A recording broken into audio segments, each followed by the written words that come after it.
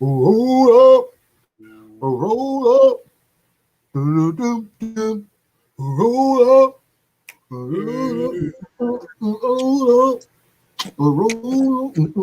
roll up. What's going on, people? What's going on, people? Man, this is Monday night, evening, whatever y'all want to call it. It's your boy K Styles here.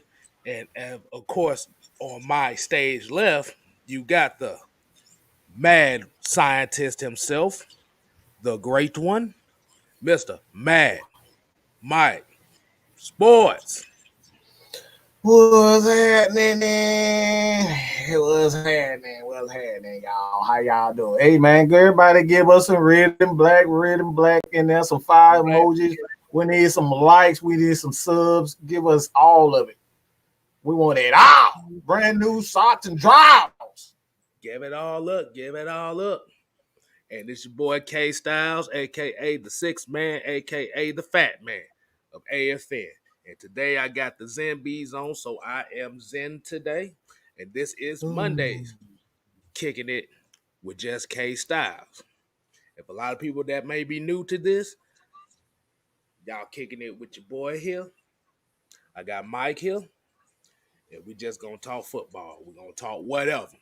Football, Mm-hmm. basketball, personal stuff, whatever we do here. So I see all the red and black in here. As what Madness call it, let's go ahead and give out the roll call. Shout out to the magnificent one. I'm gonna incorporate that as well. Magnificent. Man, let's see who we got. We got Trucker Mike. He the first one in here today. Yeah, yeah. Mr. Motivator. Eric McDowell Jr., Joseph Thornton, Mr. Lee, YMO F. Jamal, Yusuke Knight, Malik Holmes, Tev Sports and Gaming, Brian Peoples. Hey, Jude Talk Sports is in the building. Y'all make sure y'all show him some love. Reggie C2K. We got the Nerd King, Anthony Jackson, Tony Wright, Miss Asia Green is in the building. I know y'all gonna show her some love as well. Yeah, give us some flowers. Give Miss Asia some flowers. I know y'all good. Give Miss Asia some flowers. Yeah, if y'all got the flower mode, give her some flowers. Eric Dennis, what's going on? We got Saint 16 in the building, Georgia, Texas boy. Man, Mike, Mike, how are we doing this evening and how's everybody's day been? Everybody that's watching, how your day been? Has it been good? You put good. It's been okay, okay, bad, bad. If it's bad, hopefully we can make it better for you.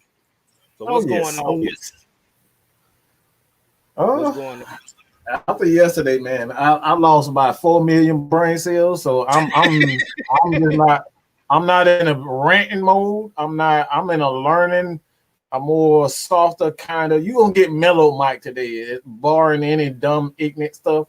You gonna get mellow Mike today. We gonna educate y'all today. If a lot of people that don't know is Sunday, instead of having the red clay sports on Saturday, we had an impromptu on Sunday. And if you caught the last 25 minutes of yesterday's show, Lord have mercy. But I think a lot of us ended up being ignorant after that. bro, I didn't want to do any more content. I took the rest of the day off. I had planned to do more some content on my other channel, man, my Right. network, and I was like, look, I like that took all the energy out. I was just like, it's And a lot of people don't know is that the reason why titled the show today as far as hypocrisy of rating players is because of that call Sunday. And what I mean by the hypocrisy is more so of going off of emotion more so than the fact. He didn't give the fact of why mhm. he was emotional. And that is why it kind of went ignorant real quick. Marquia Williams, what's going on? Jamal Grant. But before we talk about that, let's go ahead and get some stuff out the way here first. if it decides to come up. More Falcons training camp. I know a lot of people have said the defense looked good today. I know a lot of people have been talking about that Isaiah Oliver interception. I know it. We've been catching a whole lot of hell on Twitter about Matt Ryan being on mid-season form. I know that's what I got. I'm like, what the fuck? But the whole purpose, we have to tell you folks, the whole purpose of training camp is to get all of the kinks out your armor first. And instead of saying, well, Matt Ryan looked terrible on that throw, can we say Isaiah Oliver looked great on that interception?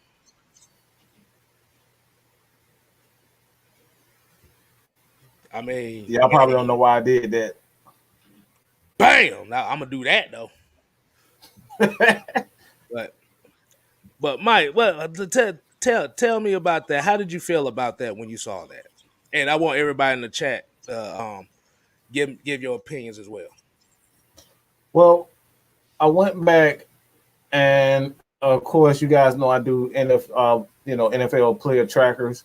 At the moment, I'm just doing Falcon trackers, and I have a tracker for Isaiah Oliver's career. I want to go back and kind of, from year to year, I want to give people kind of a breakdown of his improvements, his decline, like what went wrong, what went right.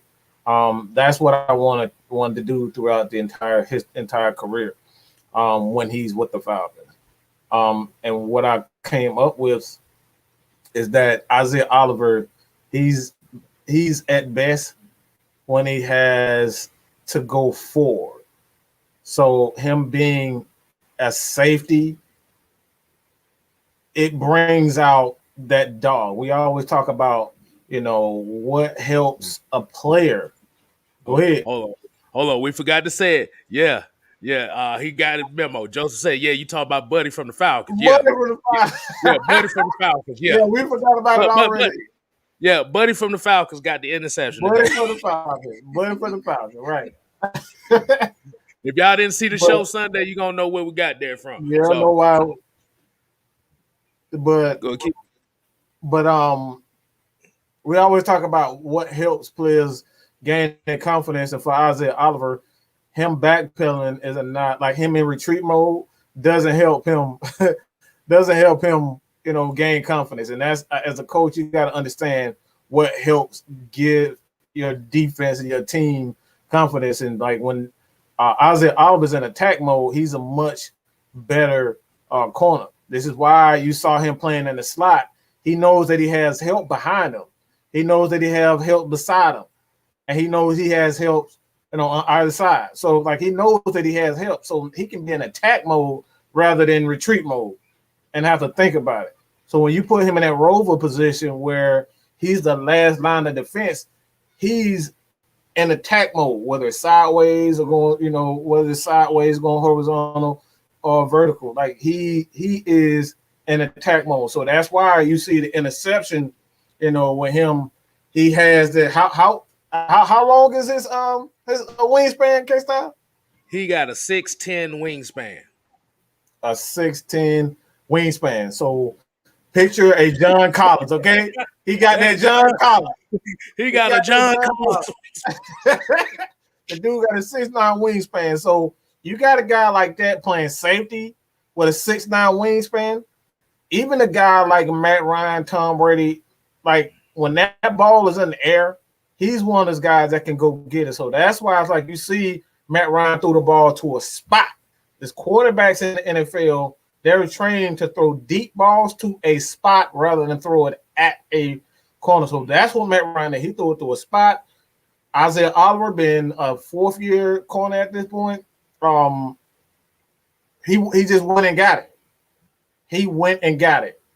And with that wingspan, like one-handed, I don't know many DBs and I don't know many DBs or corners that can snag a ball out. Like he literally snagged the ball out of hand with one hand and took off. So he's a good runner. He's a good runner with the ball in his hand. So you put him at safety, put him in that rover position. That's why I said Charles. I compared him to Charles Wilson because Charles Wilson is the same type of DB. When you put him, when Charles Wilson has to go sideways, he's not as great. He's still a great corner, but when he has to go sideways, he kind of lose that, that aggressiveness. But when you put Charles Wilson in a position where he got to go straight, backwards, and be a safety, that's why he's one of the best safeties of all time, because you put Charles Wilson in a position where he can go back and forwards and attack. That dude is an interception machine. So when we talk about Charles Wilson, he's a big corner and he can tackle well. That's exactly what Isaiah Oliver is. He has the tool, but you got to put him in a position where he can attack. And that's what we saw with him. They're building his confidence attacking. I was about to say, they're streaming out already on the tripping side of the game, boy. It looked like you froze and then I froze. Oh. Hey, man. They killing us already, bro. I did it early today. It was fine. Exactly. 11 minutes in, we already getting problems. So, but before I get to my thing, I'm gonna go ahead and get to some of these comments here and see what the people talk about. Ultra Shadow 97 said, hopefully that Isaiah Oliver interception was a sign of things to come for him. Like I said, 6'10" wingspan, rover. Bruh, yeah. Just as long as he's able to play in that position where he's comfortable at. Anthony Jackson says, I can't wait till we watch them play for real on Friday. Yes, first preseason game is on Friday. The thing about when we looking at preseason, we're not looking for wins and losses. We're looking for continuity, scheme, and how the players fit in these roles. That's how you build a team. Tony Wright says, our 5th round pick, Antetokounmpo Ogundeji, has been taking reps with the first team as head coach Arthur Smith stated he has earned those reps. That's okay. K-Star called it. K-Star called it. That's my dude right there. I told you, that's my dude. I'm riding with him. He's the first one he put me on to him. K-Star, I've been telling you. If y'all don't believe me, get the Kicking It with K-Style show after the draft. Yeah. I'm big on AO. Corinthian Lester says Guts Goodies AFN, aka the A-Team. Appreciate the love. Yeah. Corinthian said he still drained from yesterday's show, basically. Man, look, ooh, boy. I'm not joking when I said, bro. I had planned to do like 3 or 4 videos yesterday, and after that, I was like, nah, bro. You had 3, 4 videos worth of a blooper at the end. That's how you end it. That's how you end the show on some BS, bro. That was funny right there. Yeah, it was hilarious. It was hilarious. It was hilarious, boy. Eric McDowell said, y'all ready for this upcoming season? Falcons are about to shock the world. I shook up the world. I shook up the world. I'm the man. Yeah. But getting back to Isaiah Oliver, I remember a question I asked you a while back ago about as far as, do you think Isaiah Oliver would kind of fit in that strong safety type of position? Doesn't it sound like he's kind of like that second strong safety that they playing him now? Yep. And you kind of called it. You kind of called it with Eric Harris, because you said Eric Harris is a guy that is like, he's a strong safety. And when you look at their build, they have almost the exact same build. They both long, wiry, and they are great when they going forwards. They're going backwards instead of going horizontal. That's what a lot of safeties, you're not going to get an Eric, you're not going to get an Ed Reed, you're not going to get Troy Polamalu, where these guys have great hips. Like, safeties typically don't have great hips. So what you want to do is have them going forward. You want them going backwards, being the last line of defense. Safeties are best when they're attacking. So, and that's Isaiah Oliver. That's why I contribute. That's why I say he's a lot like, older version of Charles Woodson. Charles Woodson didn't have those hips in the latter of his career. He was best when he was in attacking mode. So having put him in second, they did the same thing with Rod Woodson. He the same type of body. These are the same type of body structures. Rod Woodson, Eric Harris, Isaiah Oliver, Charles Woodson. They have the same type of body structure. So when these guys are attacking, they have the long limbs. They can get the passes. They can hit players. They can again. They are better when they're attacking. So I think Isaiah Oliver. I think he'll be a perfect strong safety, to be honest, because he's a great tackler. And like I said, you can go check out the player tracker, Isaiah Oliver. It's about 3 videos there, so check that out. And you can go over to Just Kstylz. He got Adetokunbo Ogundeji. He got that video where he was talking about him. Also, it's like this is things that we've been talking about for months. It just come to fruition, man. Yeah. Hey, J Rock is in the chat too. Y'all make sure y'all show him some love in here too, man. He in here kicking it with y'all in the chat. But yeah, and I'm glad you kind of brought up Eric Harris too, because if you actually think about it now, like especially with Isaiah Oliver kind of being on that rover situation, doesn't that sound like a 3 safety defense? Where you literally have 3 safeties that can kind of interchange to where they can line up wherever. Because remember, I said Eric Harris came into the NFL as a linebacker. He played linebacker in the Canadian Football League, so he has experience in that position too. So it's all about the interchangeable parts. Hey, I'm loving it. Hey. Like I said, I'm glad Isaiah Oliver, I'm glad they put him inside, because I think that's where this team's defense was missing, was that interior corner that you could blitz, that could be physical, basically just act like another linebacker. A more athletic version of Brian Poole. Brian Poole was a good tackler. He could do all that, but he was just not very athletic. And not like that's what you're getting, a more athletic Brian Poole. All right. Got a question. I actually got a comment here. I want you to go ahead and hit this one up right quick. But this is the brand new news for the Falcons. It said, what are your thoughts on D'Onta Foreman signing? Matt Carey kind of said it for me. I don't think they want to just give people the job. They're going to make you work for it. Even if you pretty much have it set, they're going to make you work for it. Nothing is going to come easy with this team. Your ass is going to grind. All right? So just because, we have it kind of locked for the most part. You saw Caleb Huntley when he got his shot. Dude, he looked great. So I don't think that was my face when I saw him cutting back. That dude got some sweet feet. All right, you talking about some Walter Payton. That dude got some sweet feet, boy. That dude looked very good. When like I said, he looked damn good. Like I said, he reminds me of really, I say Eric Dickerson / Tevin Coleman style. He's a big back with pretty good feet.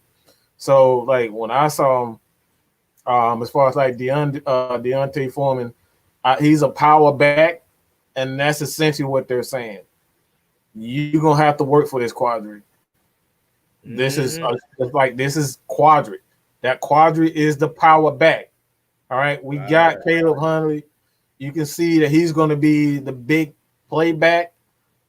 If it's not going to be Jamie Hawkins, like Caleb Huntley is going to be the big playback. I can already see that just with looking at how he's running and how he ran during the scrimmage. Like, dude is a big playback. So it's like, this is quadrant. You better get your ish together, because we're going to bring in another guy and you gonna compete. This is right. We gonna see if Quadri Olison is gonna step up and work for it.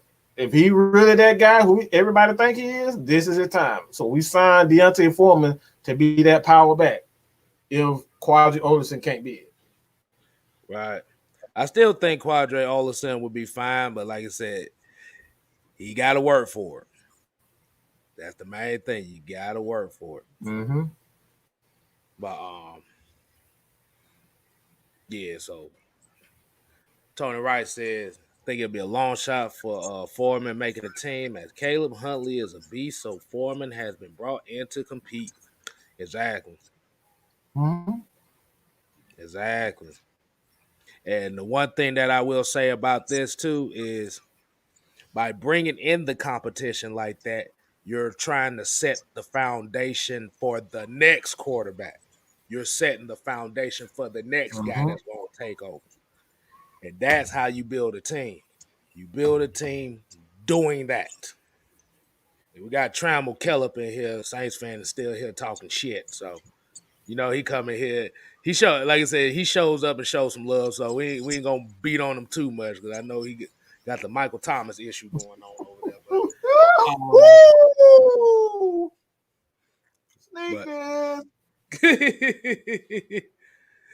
Yeah, look, Utah Sports said it right here. He said it best. Step up or get stepped on. Mm-hmm. Exactly. That's really it.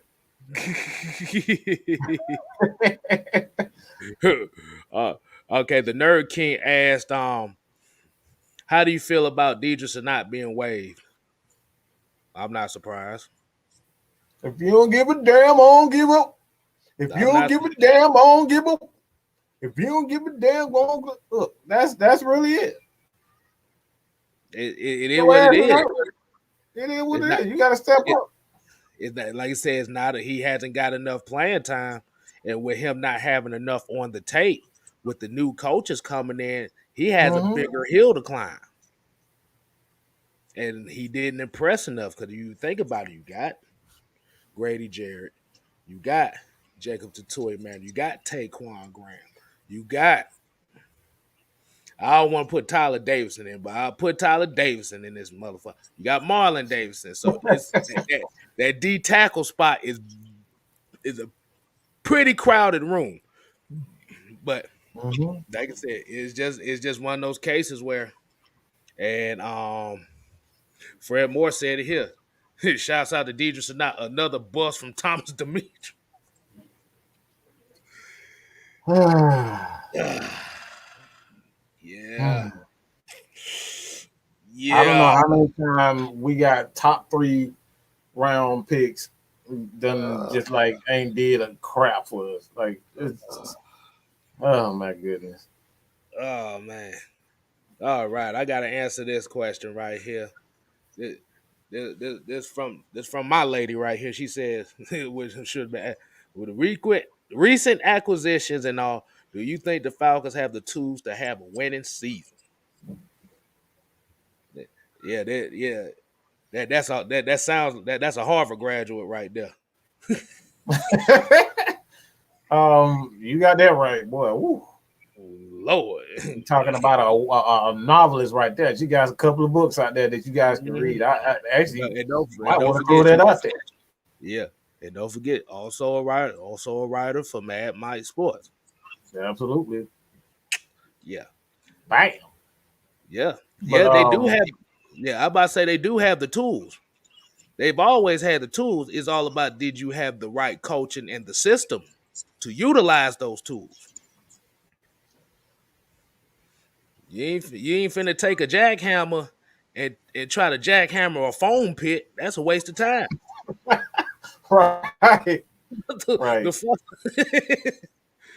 What you got to say about that, Mike? I was actually about to use a Braves analogy. I know she'll like this. We're talking about, do we have the tools to make sure that to have a winning season?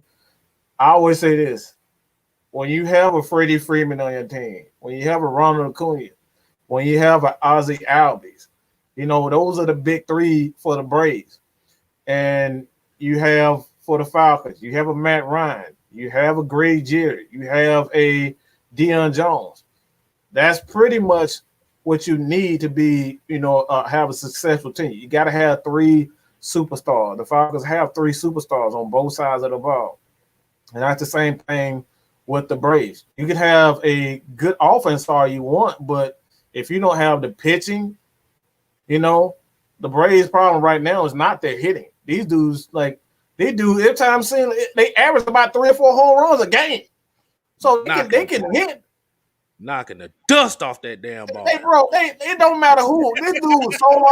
This dude Solar done came in. I didn't even know he even got him. That dude got like 15. You talking about Jorge Solaro? Yeah, whatever. Yeah, him. That dude just came out of nowhere hitting home runs. You know what I'm saying? So it's not the Falcons not having the offense. You got to have the necessary, tools outside of having the offense. There's never been a question whether or not the Braves have enough offense. It's never been a question whether or not the Falcons have enough offense. Do you have the pitching or do you have the defense to void, what the other team, because if you can't stop the other team from scoring, what good is it? You're going to rely on the offense. You can't rely on Acuna and Freddie Freeman to hit damn 70 home runs a season. You know what I'm saying? And the same thing for Matt Ryan. You can't expect them to do that every game. Why does that sound familiar? That's why I said it. That's exactly why I said it. We got and a man here already talking shit, talking about we need hooked on fire. Woman, I do have hooked on fire. Really? That's why I have to say my ABCs every day so I can remember how to fucking spell.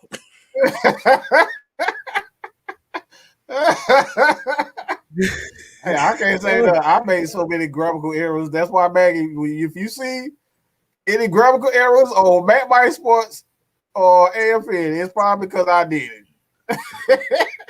All right. Did my homie right here, did my homie G Red, he a 49ers fan. He said anything is possible with Dan Quinn gone.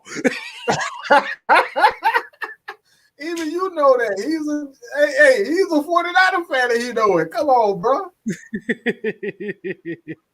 But yeah, we could talk, like I said, he a 49er fan. Like I said, that my people. This is kind of where I get a lot of my information from as well as too, because we talk football as much. I said one of these days I'll get them on here. It just ain't gonna be the day because we usually reserve that for Fridays. So you already know how that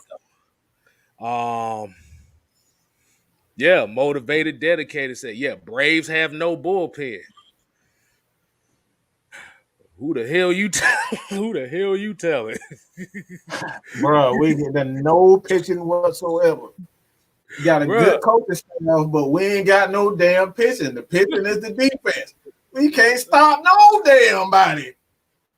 It's the same with the Falcons. It's the same thing. I was just about to say, where have we heard that before? The Falcons can't stop no damn. Hey, remember that was the Hawks the first half of last season. Couldn't stop nobody. 120 points a game and couldn't stop nobody from scoring 130. Hey, guess what? That sounded like Atlanta United too. They be up 2-0, and they end up tying with one half. Give up the whole lead. Lord have mercy, boy. Man, we got so much traumatic experience with like Craig's dad said on Friday. Got peanut butter, no jelly. No, that was Smokey. My bad, that was Smokey. Smokey said you got peanut butter, no jelly. Burger, Kool-Aid, no sugar, ham, no burger. That's all it is. I almost got the characters mixed up there because I can remember him. Like, I don't know. Hold on. I'm in the kitchen. Just a little bit of news. I don't know what this means. I got to look at it. But per Michael Rothstein, these are not as expected, cleared waivers and reverted to injured reserve for the Falcons. So I don't know exactly what that means. I have to kind of look at it, but I hope this isn't what I think it is. You waived him, so I'm assuming that he's off the team, but being that he wasn't claimed by anyone, he's on injured reserve by the Falcons. Okay. So yeah, basically he's they put him on the for right now IR right now. Yeah. Okay. So I'm thinking there's like some technical things. So I don't think he will be back with the Atlanta Falcons. But once he comes off, they'll probably have some injury settlement. Being that he is hurt and injured, that's probably what I'm thinking. That he will, he's still with the team. Technically, he's still with the team. He has a contract with the team. So I'm thinking that they have to like first wait till he healed and come up with a injury settlement. Okay. So he can find another team. I'm thinking that's exactly what that means. That makes sense. R. Robinson said, "Do you think the Hawks are going to be better this season?" I think so. I still got, like I said, I'm still working on that video so I could really give y'all more in depth on Jalen Johnson and Sharif Cooper. But by drafting those two kind of guys, you pretty much getting same type of players that you have in the starting lineup. Because Jalen Johnson is pretty much John Collins. Sharif Cooper is Trae Young without the offense, without the shot, really. But he could push the pace kind of like Trae. So I think the issue with the Hawks was when the starters got out and the second unit got in, the pace changed, the pace slowed down. So you kind of knew what to expect. See, now, like I said, if you're able to keep a consistent pace from the starters to the bench guys, it could make this team a lot better. So, yes, I believe they could be better. I'm not saying they're going to be number one seed in the East better, but like I said, they could be better. I do. One thing that you have to understand too, and the reason why I say this is because you talk about one in particular, two people in particular. Well, I'll just say one.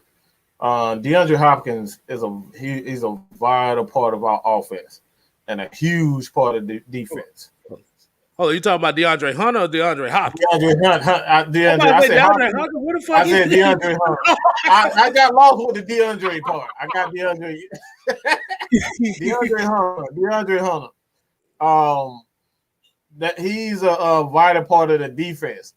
And it's like when you look at the Bucks, like we just couldn't stop. Giannis. What's his name? Chris Middleton.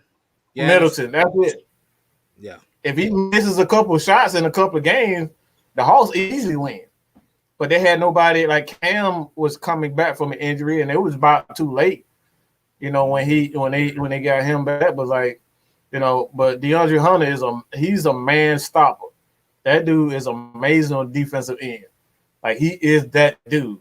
He is Kawhi Jr. That's what I call him. That dude was a defensive stopper. And look, man, you stop him, you good. So like he comes back healthy, the Hawks gonna be a much better team. They're gonna be a scary team for a long time. Okay, that I can agree with you on that one. Because DeAndre Hunter was surely missed. Because I like Kevin Huerter, but Kevin Huerter ain't stopping Chris Middleton. Too small. So, man. So let's see what the chat going on here. Let's see if we got some more comments. I see they in here with Trammell talking shit about Michael Thomas and shit. So Tony Rice said he handling that for us, so we appreciate that. I guess they said handle a lightweight, handle a lot. Look. I guess he said we don't need a repeat of yesterday. That's what he said. No. Oh, here it goes. It said Georgia Texas boy said, "Did y'all see Matt's interview and D Hall? Everyone was scared of Dean Pease and glad he's in Atlanta." I haven't seen. I actually got it saved, but I haven't seen it yet. No, I haven't seen it. But he said they were scared of Dean Pease. I could imagine him coming in with that Darth Vader voice. Oh, we're gonna run a 3-4 defense. Right. Fuck what y'all talking about. Everybody's gonna get sacks. Man.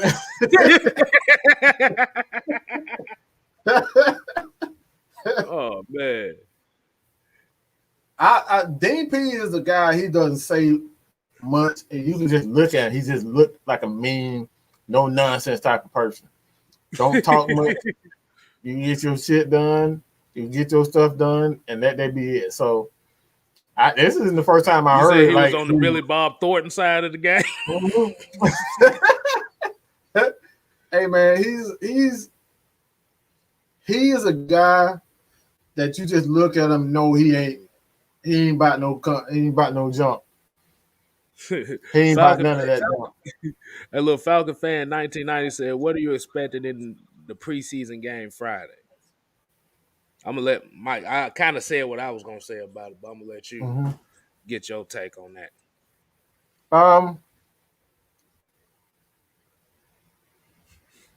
I just want to see the running game. I don't expect to see much from the defensive end because he's not gonna give up any secrets on the defensive end. So I don't expect them to do too much. Show a little bit of something, but I think more so the running game. I'm gonna be looking at the offensive. I'm gonna look at the offensive line and the chemistry amongst the offensive line. That's what I want to see more. Hold on, let me put this in the camera right quick. You see that? You see that mug? Oh God, really? But the only reason why I'm doing this is I want to give a shout out. I want to give a shout out to Calvin Johnson, 2021 Hall of Famer. Oh, and Derek Moore, the guy that we interviewed, he was there too. And Derek Moore was in that thing too. Shouts out to him too, man. I know he was like a happy, proud papa. Great guy. Exactly. Georgia Tech boy said that mug is ugly. Hey, it's ugly to you, but it's ugly to you, but it damn sure look good to me.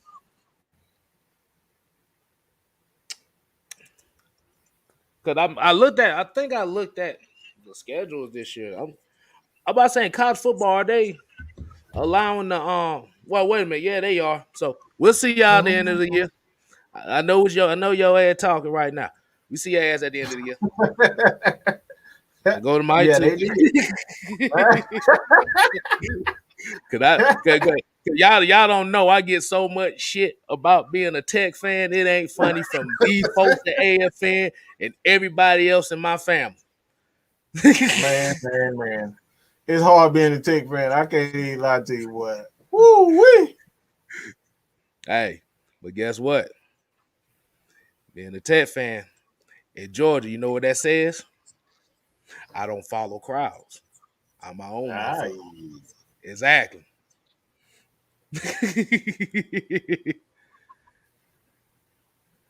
Oh man, let's see what else. Hold on. R. Robinson said, "Fuck Texas and Oklahoma. If they go to the SEC, might as well make super conferences." Hey, don't forget, there's one more team looking to go to the SEC too. Do I need to name it? No, I don't like it. I don't like all this super conference shit. Basically, you're taking the fun out of as far as having conference. Because Texas and Oklahoma go to the SEC. Who the fuck gonna watch the Big 12? And that's just Who gonna watch that? nobody. They are the big like. What's the They are point the conference. Nobody give a damn about Baylor. TCU ain't relevant. at all? Exactly. They ain't talking about Clemson, talking about going to the SEC too. Like, I'm like, shit, y'all go right ahead. You gotta deal with y'all asses no more. I know you hit me happy about that. Ain't got to deal with them. Oh yeah, Oh yeah. So but that's usually our if main that check. happens, if that does happen, that means the team from another conference have to go replace them, and that's the thing. Like, who will replace Texas and Oklahoma? I just don't like it, man. That's just some cow crap. They just want to be affiliated with the best conference in football. Mm-hmm. That's really what it is. Because if you get through the SEC, you have an automatic bid to go Automatic to the bid. Yep. playoffs. That's really what it comes down to. So, Mm-hmm. um, you want to go ahead and get to this next topic? Oh. The topic that's pretty much the title of the show today. Let's All go. right. So the main topic of the show, we're getting to the actual topic of the show tonight. Um, Hypocrisy of players rating or truth, which means when we're talking about players and we're comparing players. If y'all saw Mad Mike's video earlier when he was talking about how certain people will give give excuse for one guy, but that same excuse doesn't work for another guy. Is it really a hypocrisy if you're not holding both players to the same standard? Now, as everybody know, I saw the thumbnail. Mike was talking about Matt Ryan, Patrick Mahomes, as far as offensive line played bad versus offensive line played bad, scoring 9 points to what was scoring 9 points would be for this guy. Do we really rate these players based on what we see on the field, or are we waiting on the feelings that we have for players? Because I have to reference this.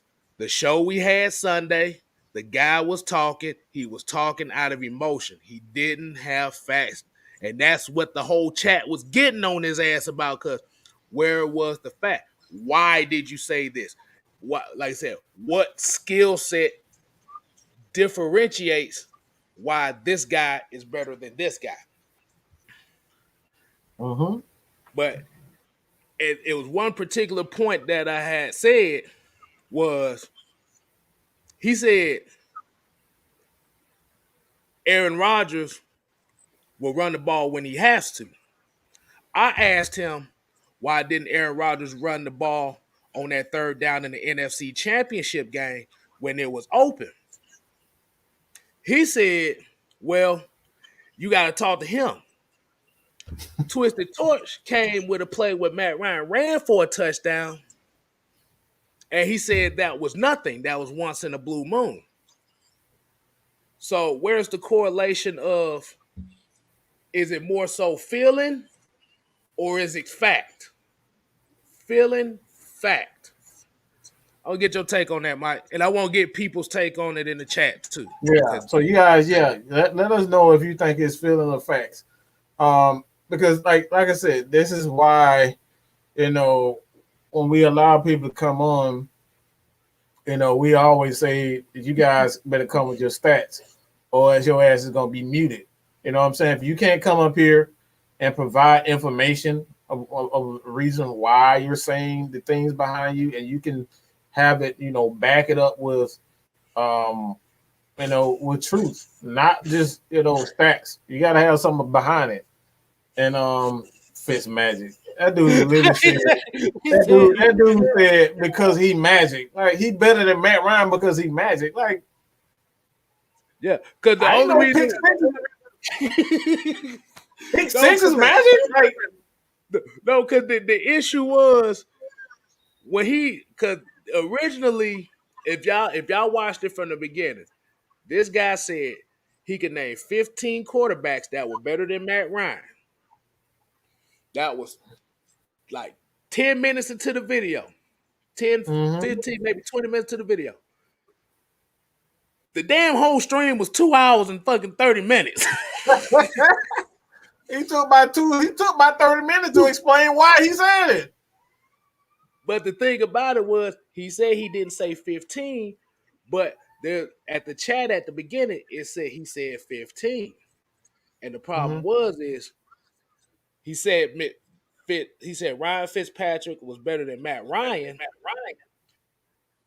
Then when he got on the show, he said he was just playing. This was like an hour. This was like an hour time frame from when he said that until he got on the show. I guess you couldn't find. Nomad Joker said, yeah. And then dude talking about Buddy from Buffalo, Buddy from Baltimore, Buddy from Miami, Buddy from like damn. buddy from here, Buddy from there, Buddy from Afghanistan, Buddy from Canada.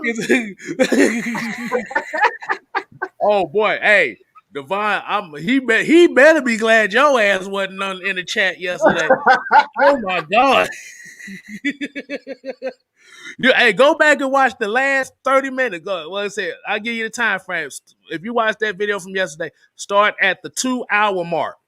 You're gonna see the funniest thing you've ever seen. But yeah, that's what I'm trying to figure out. That's what I want to figure out because what a lot of these people don't know is on Twitter and on social media, when it comes to us talking about Matt Ryan and talking about, okay, we believe that he can get it done. Then you got this side over here talking about, well, he sucks. Or, well, like I said, why do y'all still follow him? Or, well, he's Stat Ryan. He can't throw the ball 50 yards down the field. But the thing is, the only thing we say is the reason why we are optimistic about Arthur Smith being here is Matt Ryan doesn't have to throw that ball 50 yards down the field. When the quarterbacks get older, what happens? They tend to shorten the passing game for them. And that's what Matt Ryan does best. He is a game manager. Ain't nothing wrong with a game manager. I was, Reggie. I was about to cuss him out, but I was T and K-Style was already pissed. It was already pissed off. So I was like, I gotta be calm. And we can't have 3 angry people on the show at the same time. We already set the damn stereotype back with that shit yesterday. Right. You heard nothing but shouting and 2 mad black guys on the damn show. The T was about to come through the screen, bro. Exactly. Oh, but to answer the question whether or not is feelings or like I just think a lot of people, when it comes down to it, he said one key thing for me, which I just stopped listening after that. Like I gave him more time than I typically do when people come with absolutely no facts and stats behind it. But he told me, he was like, that was my fault, bro, because I was waiting for him. Only reason I wanted to keep him on because he was sinking. It was sinking. It was sinking. And it got worse. He hit worse than the Titanic, bro. That shit was like, woo. One thing that like I was like, okay, I see where he coming from now, because not only did he couldn't name any quarterbacks, and he had about an hour to even come up with it. He still couldn't come up with something. All right, so he had an hour to think about it. He gets on the show, he still couldn't do it. But that wasn't the killer for me. The killer for me was he said, y'all black, y'all should know why we don't like Matt Ryan. I was like, what did that got to do with anything? Yeah. That right when he said that, I said, I know exactly where he was going with it. I knew.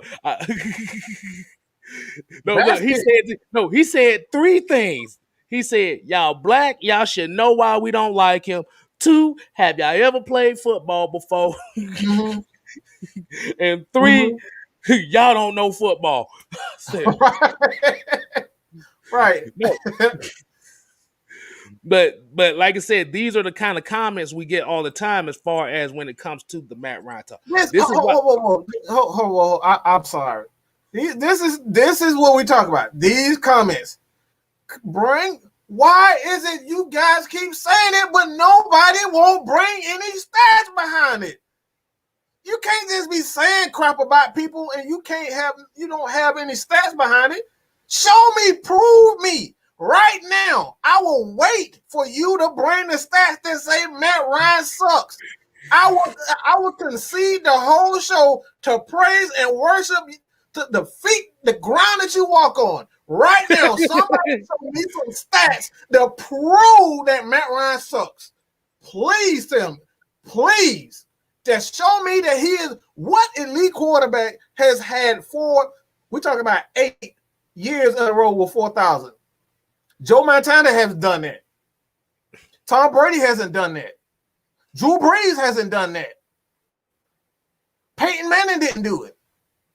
It's only Matt Ryan. He's done it consecutively. He's the only quarterback. So why show me right now that he is overrated with stats? Okay? Please show me. Because that's how you gauge a player's career. Whether he has the stats or he doesn't have the stats. So right now, I need the people who believe, like Bernard Jones, prove to me right now that Matt Ryan sucks. Show me a season in his 13, 14-year career that showed me that he sucks. And like I said, I will concede the show to you. And Trammell said that Matt Ryan's a stat padding quarterback. Drew Brees had 3 straight years of 5,000 yards. That motherfucker threw 10,000 yards in 4 years. You talking about stat padding? And went 79 those 3 years. So he threw 15,000 yards. Oh, my bad. 20,000. 20. I gave him too much. I gave him too little. He threw 20,000 yards in 4 years. And you talking about, you got the nerve to talk about stat padding? You sit your comrade down with that bull. 20,000 yards in 4 years. Who does? There ain't no quarterback ever done that. You talk about some stat padding. Man, y'all don't bump y'all head, bro. Wait. Oh, I'm about to say, boy, don't tell me stream y'all about to start tripping again. I didn't curse this time. I didn't curse. You didn't cuss this time. You didn't cuss this time. But yeah, like I said, the thing is what Mike is saying so much is with the comment like that, Bernard Jones is where are you taking the comment? Where are you taking the statement? What are you talking about? What are you basing that statement on? You can't just have us, he sucks. Don't tell me he's elite. That is elite company. Elite means elite means elite company. It's only so many quarterbacks or so many running backs or so many receivers who have accomplished this. Matt Ryan is the only quarterback in the NFL in the history of the game to have 8 years in a row over 4,000 yards. He is the only one, not Peyton Manning, not Tom Brady, not Drew Brees, not Aaron Rodgers. It's Matt Ryan. He's done that. So that is elite company. So again, show me where stat-wise where he's not elite. Hey, I was gonna say with Trammell, he said Brees has a ring though. So does No. We getting this right. We getting this right. The Saints have a ring, and Tom and Drew Brees got one of them. Okay, let's get it right. Exactly, because if one ring is the difference between somebody being good and somebody sucks, then goddamn, Trent Dilfer must be one of the greatest quarterbacks that ever lived. Right. Come on, bro. I'm just saying. Come on. Preach. Like I said, you saying Trent Dilfer is one of the greatest quarterbacks that ever lived? Are you saying Brad Johnson? Most people forget Brad Johnson was even a Super Bowl winning quarterback. Mm-hmm. Who remembers that? Right. I remember that because I lost money on that game. The 85 Bears, Jim McMahon.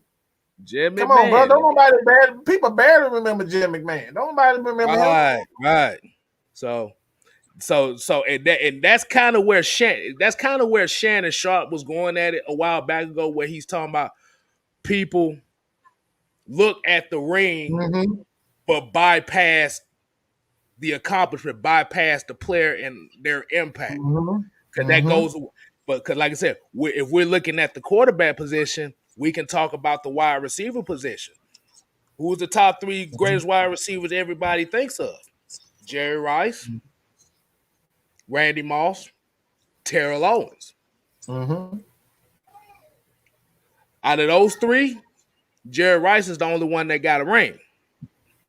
But the thing is, if you put rings over achievements, then why isn't Lynn Swann in the top wide receivers of all time?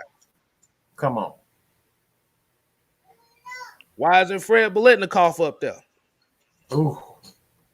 Nobody give Fred Biletnikoff no credit. Why, like I said, why isn't Rod Smith up there? Antonio Freeman. Terrence Mathis. Do people know how many Terrence Mathis? He was the all-time leading receiver for the Falcons. Right. Terrence Mathis is an all-time legend. Even if like I said, even if he doesn't get the respect from the national media, we know this was a gutter guy. He knew what to do when he came here. So this is because when you say a ring, like what I said, you got, like I said, now you're putting in a competition where you're gonna have to take the gold jacket off of Dan Marino. You got to take the gold jacket off of Jim Kelly. You got to take the gold jacket off of Dan Fouts, Fran Tarkenton, Marino. Moon. I said Marino. Yep. So you said Marino. Okay. Yeah. So that's what we're talking about as far as the rings. Like I said, the rings add to the legend. Add to it. Right. But it doesn't define the legend. Because you have, like I said, people keep saying stat pattern. That's how you get in the Hall of Fame. I've never seen a defensive tackle in the league with no sacks, in the Hall of Fame with no sacks. Right. Exactly. So this is what we talk about as far as look at the whole body of work. You got to, and that's every position. You have to look at the body of the work. You might, like I said, and somebody put a name up there. Why isn't Michael Irvin always in that top 5? Right. He got 3 2 rings. Super Bowls. He got 3 Super Bowls. Nobody say he's the greatest of all time. He got more than Jerry Rice, if I'm not mistaken. Could be. Or about the same. Right. I need to look at that. So yeah. And Beetleborg here said Jim Kelly lost 4 of them things. He lost 4 of them things in a row. He's still a Hall of Famer. He don't get as much flack as Matt Ryan. If Matt Ryan would have lost 4 Super Bowls in a row, y'all the motherfucker that y'all had a firing squad waiting on him when he got out the damn stadium. Let's be real. Y'all had a firing squad. Y'all had some Molotov cocktails, throwing them at his car. Y'all gonna say fuck his kids and all that shit. That's exactly what y'all would do. But and then that's what we said. And then we look at Phillip Rivers. Phillip Rivers, great career. What happened? No rings. Never been to the Super Bowl. But are we saying that Phillip Rivers is overrated?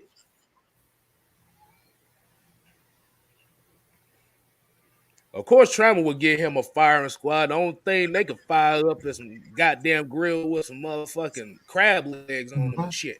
But that's what I'm saying. And even I could use the Saints for example. I could use Aaron Brooks for example.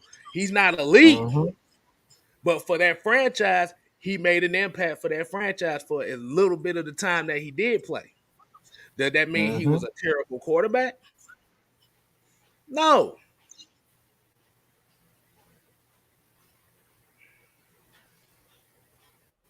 That's what I'm saying. Yeah. Here you go. He said if man would have lost for Atlanta, they'd have burned Atlanta to the ground. Again. Okay. Exactly.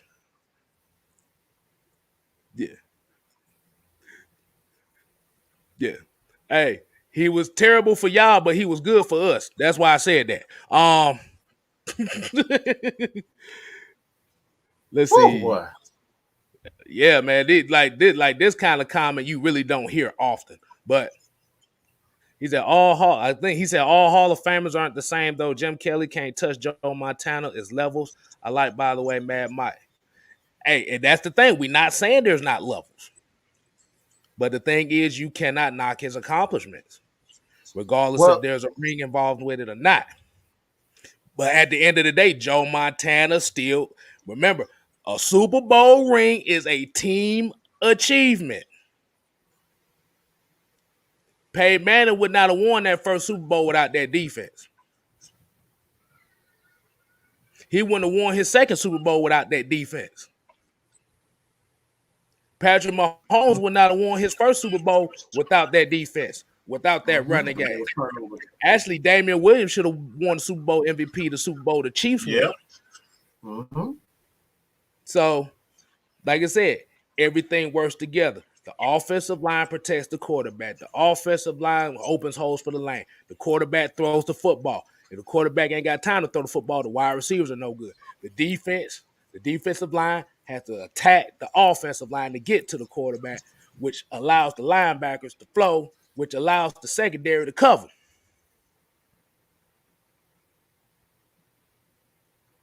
It all works in one, bro. The punter has to switch field position. The kicker has to make kicks.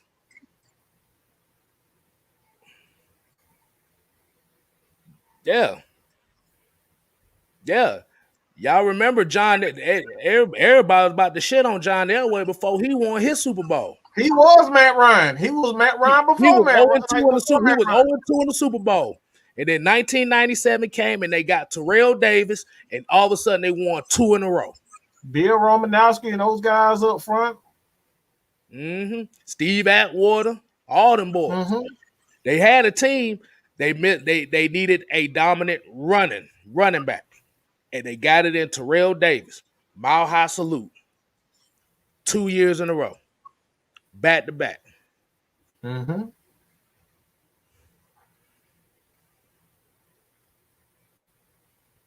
So, yeah. Let's see what people say. Okay, Brian, people said Nick. Yeah, they literally said Nick Foles is one of the greatest quarterbacks that ever lived because he has a ring. You can't do that. Oh Lord Jesus! Because if the ring was that important, he wouldn't have got cut by the Eagles. Not even a year afterward. How you going to win the Super Bowl to get cut? Not even a whole 2 years later. Exactly. Oh my gosh. Oh, here we go right here. This is another one. Hold on. Wait a minute. That wasn't it. Terrell Hatt said most quarterbacks wouldn't have won a ring without defense being dominated. Ask Russell Wilson. Malcolm Smith won the Super Bowl MVP that year. The Seahawks won the Super Bowl. Do people remember that? Right. Y'all say they just won the Super Bowl. That's all you say. Right.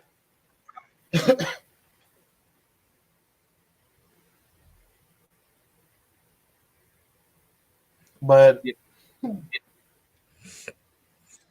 Um, it come down to it. Um, when we say is levels to this, you can't compare, a quarterback to this quarterback. Um, of course you can.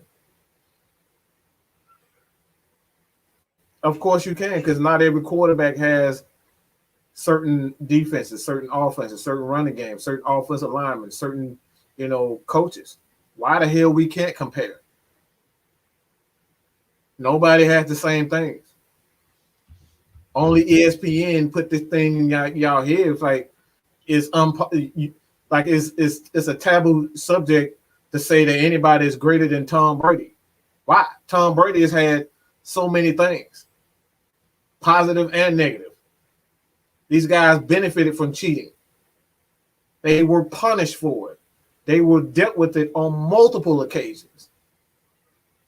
He had one of the greatest defensive minds at head coach in Bill Belichick. I would give Bill Belichick that. He's had a competent offensive coordinator. He's had a running game. He's had a good offensive line. He's had a tremendous a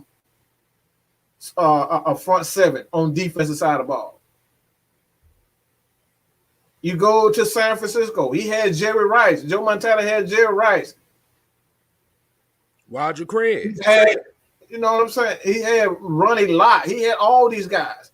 So why is it that when we try to compare what those guys have, and then we say that Matt Ryan doesn't have that, is only negative on Matt Ryan's part? He's supposed to do it all, but when we try to say that Tom Brady had this and he had that, and Matt Ryan hasn't had a steady coaching staff, he hasn't had a steady running game, he hasn't had a steady defense. Why is it only negative when we try to say it's for Matt Ryan?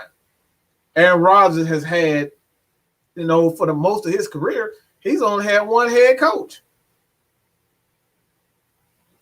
So why is it always a negative for Matt Ryan? Then you try to compare, even when you look at Peyton Manning, and Peyton Manning is my GOAT. He still had Joseph Adai. He had Edgerrin James, Dallas Clark. He's had Marvin Harrison, Reggie Wayne. Why is it Brandon Stokely? All of these guys, Jacob Tammy. You know what I'm saying? He's had all of these guys. Why is it only negative when Matt Ryan? Oh, he had Julio. Julio ain't in the Hall of Fame yet. He's gonna be there. We don't even know if Roddy White gonna be in the Hall of Fame. We know that Tom Brady is gonna have Gronkowski in the Hall of Fame. Gronk is a Hall of Famer. Teddy Bruschi, William McGinnis, Ty Law, Ward, Vince Wilfork, Lloyd Malloy, all these dudes, Rodney Harrison. These are some great players. So why is it that Matt Ryan always get beat down for having good players and all the quarterback we just named? You know how many good receivers Aaron Rodgers had? Donald Driver, Jordy Nelson, Devontae Adams, Jermichael Phillips, Randall Cobb. Randall Cobb, he's come Martellus Bennett. That's it. He's had some wonderful players. So again, why is it off limits when we try to compare other teams and what they've had versus Matt Ryan? It's not. That's what we're talking about, the hypocrisy when it comes down to the players. This is why we having this show. Right. Even when we talk about Patrick Mahomes, you got Tyreek Hill, you got Travis Kelce. Like I said, they did have Sammy Watkins. You got Clyde Hilaire back there. Mm-hmm. Chris Jones, Honey Badger. The guy with Cleveland right now. What is his name? The running back. Oh, Kareem Hunt. Kareem. Oh, these are some great players. Hey, Utah Sports reminded one for Green Bay. Greg Jennings. Greg Jennings, come on, bro. These are some elite. These are some elite receivers, bro. Let's go to Ben Roethlisberger. Hines Oh Ward. my gosh. Plaxico Burress. Santonio Holmes. Antonio Brown. Antoine Randall. Jerome Bettis. Willie Parker. Heath Miller. And we ain't even talk about that defense with Troy Polamalu, Joey Porter, LeVar Kirkland, Casey Hampton, Brad. What wasn't that? Brett Keevan. Preach. Ike Taylor. Ryan Clark, all those dudes. Ryan Clark was solid. He was a solid safety. Right. So the thing and we didn't even talk about Baltimore. Let's not even talk about Baltimore, the weapons that they had. Whoo, boy, come on. Talking about 2012 team. 2012, 2011, not 2011, but the 2001, the 2000 team. Now, if you're talking about that 2000 team, all them weapons was on defense. Offensively, they had Shannon Sharp on the back of his career and Jamal Lewis. But if you're talking about Baltimore 2012, Le'Veon Bell, I forgot about Le'Veon Bell. Right. So, like I said, and don't forget that Pittsburgh Steelers offensive line was one of the best offensive lines in the game at that time. I just saw a stat with Alan Faneca. This dude had like four holding calls in a 13-year career. 4.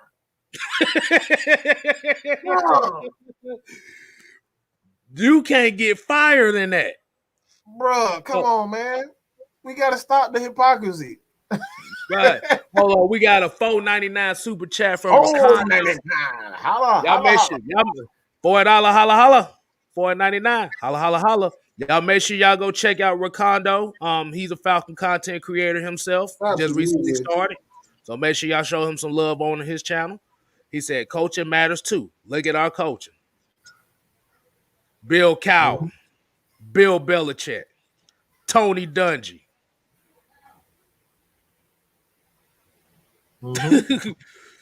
The fuck we gotta say? And when you say that Baltimore 2012 team, remember that 2012 team? Anquan Bolden, Willis McGahee. Wasn't Ricky Williams on that team too? Which team? No. That 2012 Ravens team. Was he on that team? They didn't really see the thing about that 2012 team. Like, even when people say Joe Flacco had a great playoff run, you have to remember special teams and defense led that team to the Super Bowl. Joe Flacco, all he had to do was manage the game. He had the strong arm, but all he had to do was manage. Because you saw after that Super Bowl, he reverted back to Joe Flacco and got his ass cut out. Right. So. 2011. Yeah, he was with them in 2011. Okay. Right. So, only thing we say is, Ty Dollar said Ray Rice. Ray Rice was on that team. Oh man, that was the other running back I was thinking about. Ray Rice. Yeah, man. Got, like I said, if you have a standard, don't shit on this guy for having good players, but then the only differences you're talking about as a ring is, if you think about it, you say Julio Jones. Only names they really bring up is Julio Jones, Tony Gonzalez, and Roddy White. The only 3 names they bring up. They never bring up Grady, even though Grady is a great player. They never bring up Grady. Right. But all these other players, and hell, you can even look at Russell Wilson when he won the Super Bowl. Legion of Boom says everything. That man got 3 Hall of Famers on one defense. Probably 4. He got 5 of them. Even KJ Wright. I can say KJ. Okay. Earl Thomas, Richard Sherman, Cam Chancellor, Bobby Wagner, KJ White, Michael Bennett. Yeah. That's 6 right there. And don't forget the guy that was the engine on that team was Marshawn Lynch. Beast Mode was the engine of that team. Come on. Again, So why is it that Matt Ryan gets so much hate when other teams have so much more than what he's been given? He hasn't been given what they got. Right. I mean, we can go back to the San Francisco 49ers, bro, and they are just their recent run. That defense was loaded, bro. Richard Sherman, Nick Bosa, Buckner, DeForest Buckner, Solomon Thomas, Fred Warner. You talking about the first Super Bowl? You talking about the recent one? Nah, the first one. Lord, the first one. You talking about Patrick Willis, Navarro Bowman. Yeah. You talking about Alden Smith? Come on, man. That team was Frank like, Gore. it didn't matter which one, both of them. Like, they Colin were loaded. Frank Gore. Dude, Frank Gore alone offensively. Vernon Davis. Come on, bro. Why is it that Matt Ryan gets so much hate? This is what we're talking about. You go from team to team that made the playoffs, and none of these guys get as much hate for having players like Matt Ryan. Right. Every time Matt Ryan doesn't have these guys on he doesn't have it like they have it. Right. And I say this with Patrick Willis. Patrick Willis was my favorite linebacker in the league. Oh, I love some Pat Willis, bro. I love Pat. Pat Willis was Ray Lewis, but faster. That's all he was. He was Ray Lewis, but faster. He would hit your ass like a defensive lineman. Ray would hit you like a D lineman. Patrick would really hit your ass like a defensive lineman. That boy came in with a club on his hand and was wrecking havoc.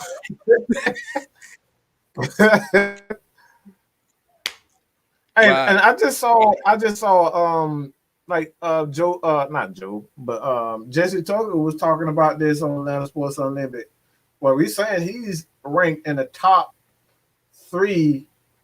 He's the top in the top 3 in overall tackles in the NFL history, and this guy still isn't in the Hall of Fame. He's ranked number 3, and he's not in the Hall of Fame. How does that happen? How are you the top 3 tackle guys in the history of the game, and you're not in the Hall of Fame? I could throw another name that's not in the Hall of Fame yet. And this guy right here was one of the most durable linebackers that ever played the game. And that's I know you're going. London Fletcher. Yep. He never missed a game in 16 years. When the last time you seen any player do that? With over 1,700, over 1,700 tackles? Like if y'all look up Ray Lewis's number and London Fletcher's numbers, they're pretty much identical. The only difference is London Fletcher never missed games. Ray Lewis missed some seasons.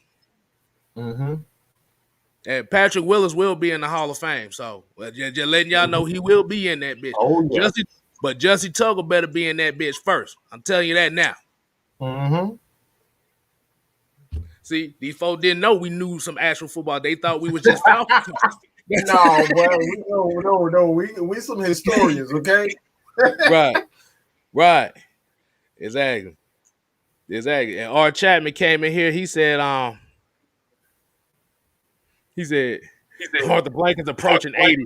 He ain't talking about no closed window close. Well, nah. He like, hell no. To the no.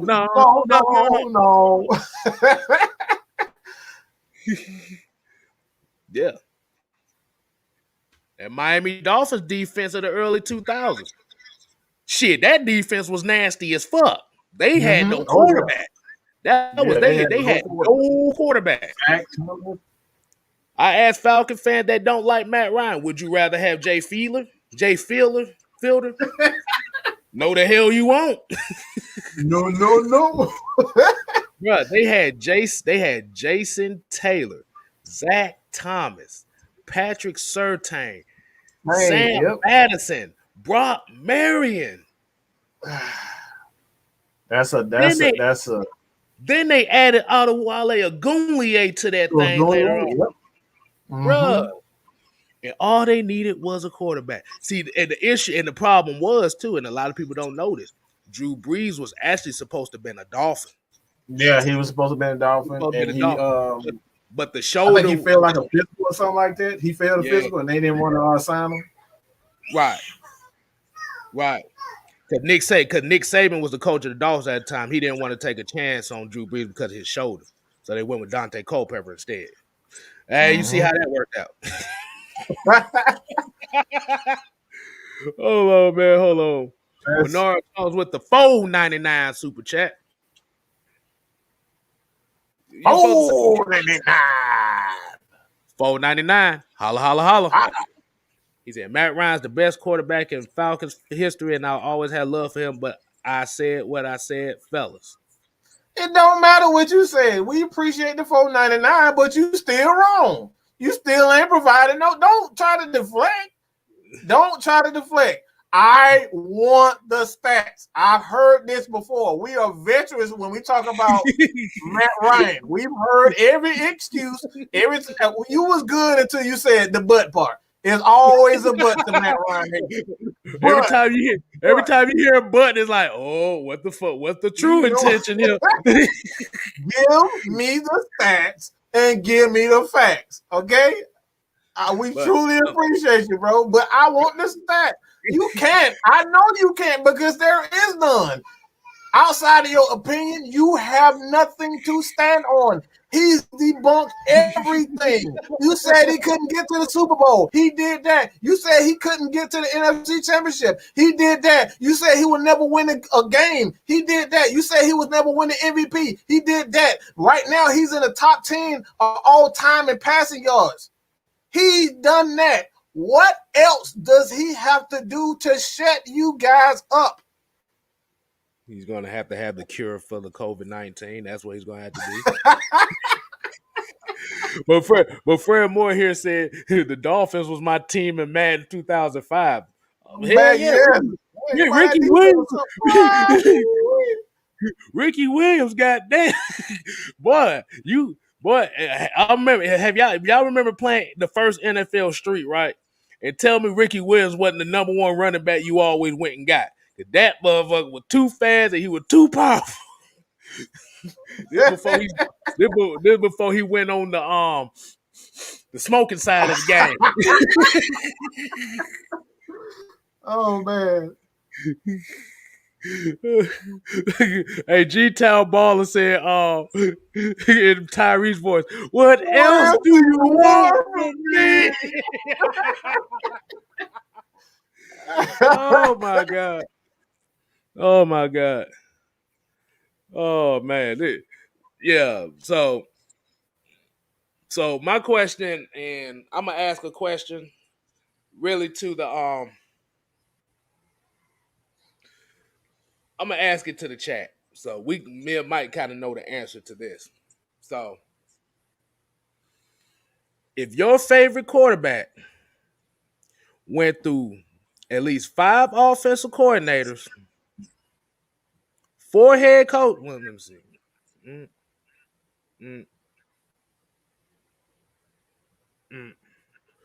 At least 3 head coaches, 5 offensive coordinators. Remember, 5 different systems with a defense that can't stop nobody. Because even when we talk about that D-block defense, they didn't stop no. They just stopped people from scoring, which is a good thing. But outside of that 1 year, think about that. 5 offensive coordinators. Wall got head coaching jobs after they tenure here at the Falcons. 3 head coaches, 5 different systems, and a defense that can't stop nobody. Because I haven't seen a quarterback win like that. You just be lucky that dude. You be lucky that dude ain't get murdered out here in the league with that kind of line like that. Right. Right. So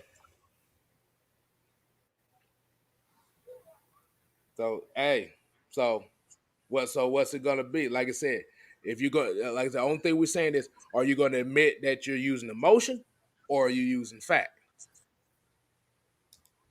Look at this. Matt Ryan dragged the defense that was trash to a Super Bowl. Bro, we was like, I think we was like ranked like 28th or 25 in the league or something crazy like that. We was 26th in the league in total defense. And this man dragged this damn team to a Super Bowl.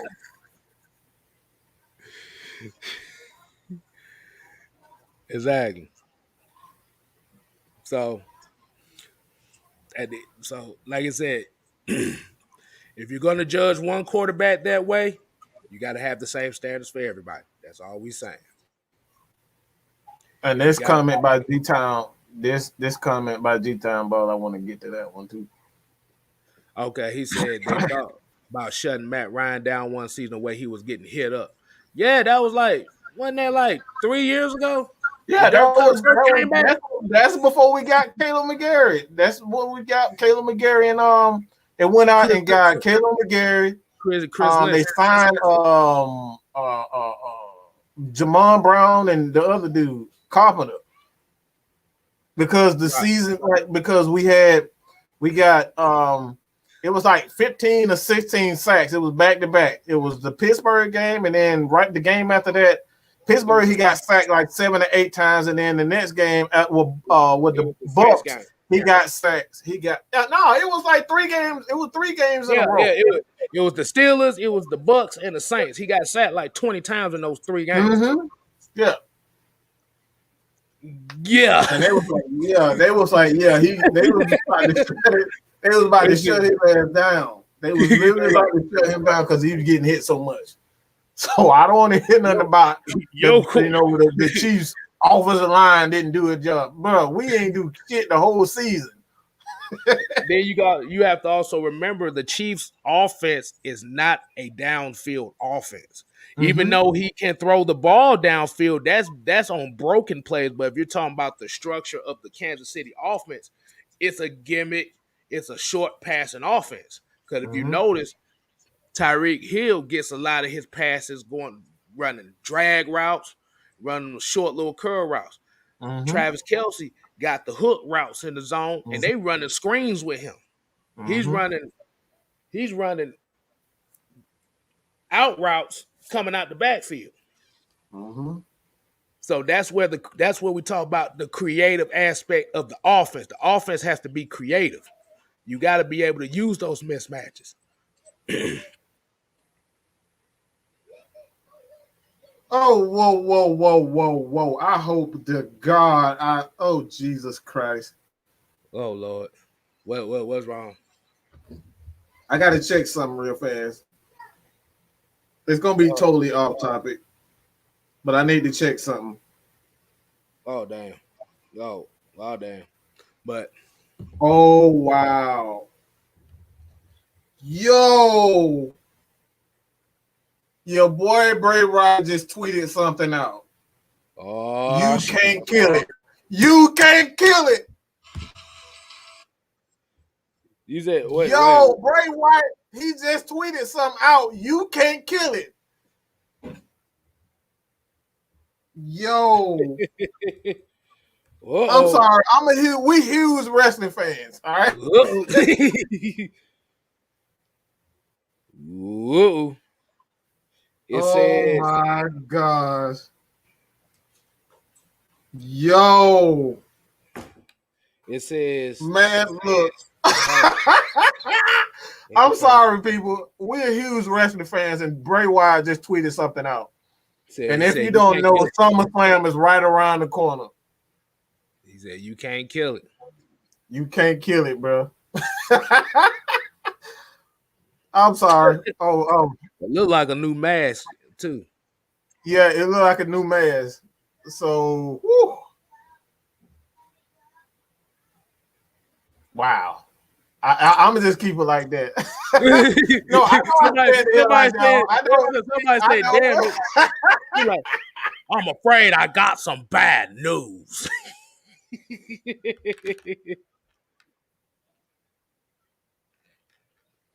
I don't know. Again, Ty Dollar. I don't know what it means. All I know is Wyatt ain't trying to quit, and they don't messed up your green screen. Kel, what's going on?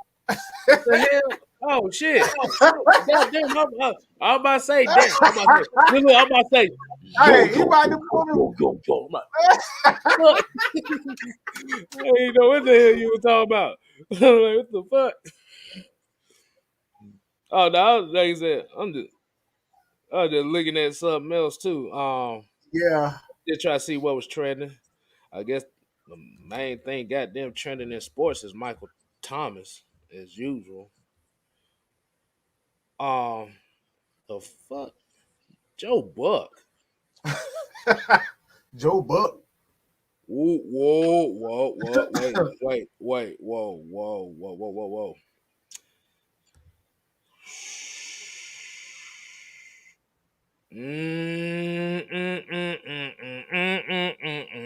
Uh-oh.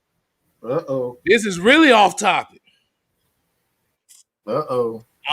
I'm just gonna read this out here, and this is gonna be way off topic. This is gonna be something y'all ain't you go.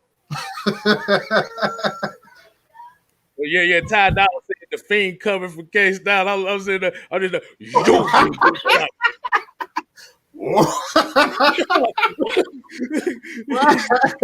all you hear is all of a sudden, if you see a glove got me in a Madam McCall talking about pain, you already know where it's coming from. Oh man. But but this is interesting right here because it's talking about. I gotta read into it. They said an alleged victim of Jeffrey Epstein files a lawsuit against Prince Andrew, accusing the 61-year-old royal of sexually abusing her while she was under the age of 18. I see why Harry got the hell on. I see why his ass got the hell on. That motherfucker said, I ain't got nothing to do with y'all. Y'all home. I'm getting the hell on. Bruh. Hey, look. The hell with y'all. I'm getting the hell on, boy. Hey, look, King Quinn said, where that guy from the bluff at? What buddy from the 20 buddy from 20 at? Oh, we don't know. Hey, if y'all see about 17 thumbs down, just know he probably got 17 accounts to thumb down everything we do. And we got all his friends to thumb down that video. Lee. Hey, man, we just ad-libbing right now. Harry got the hell on when he did. He got the hell on when he did. Harry got on.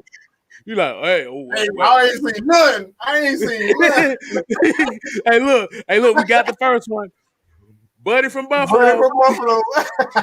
All right. Hey, look. Everybody put your hashtag favorite when you put your favorite quarterback, you gotta put hashtag Buddy from whoever team you got. I want to see that.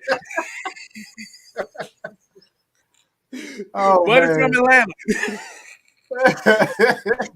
Buddy from the Saints. Buddy from New Orleans.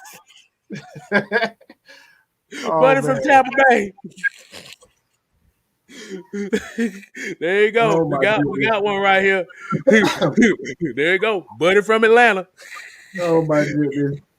Prove it said hashtag no receipt. Mr. Lee said Buddy from the Ravens. Oh my goodness. But y'all wildin', man. Hey, look, Reggie C2K said Buddy from the Bucks.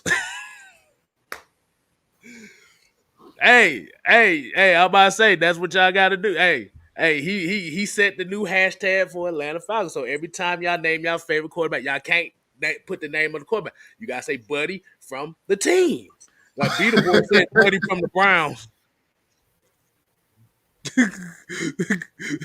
There you go. I'm waiting on Cartier Walker to come in. I ain't seen him in a while. Said, buddy from Cartier Tampa. with the diamonds in them.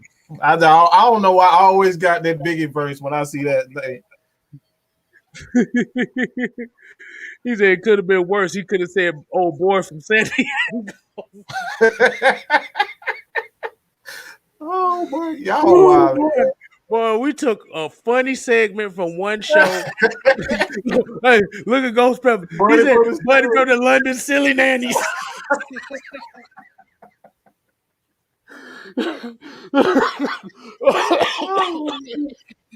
Oh my goodness. Oh God. Oh boy. Hey, I'm about to say, y'all, Miss Maggie is in the chat. Like I said, make sure y'all subscribe to the Sultry Seconds channel. Y'all make sure y'all give her some roses. I know y'all asses will give her some roses too. Oh my God. We're not gonna end the program until y'all give Miss Maggie T some roses. Y'all got the hashtag. So go ahead. Jarvis said, I told y'all to, hold on, we got some more. Rodney Brown said, buddy from Chicago. Reggie C2K said, buddy from the Steelers.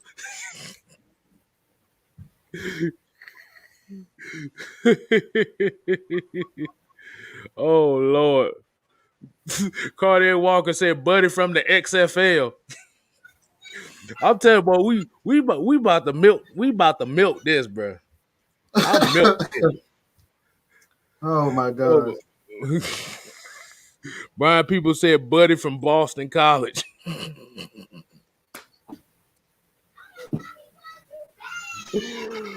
Oh my goodness.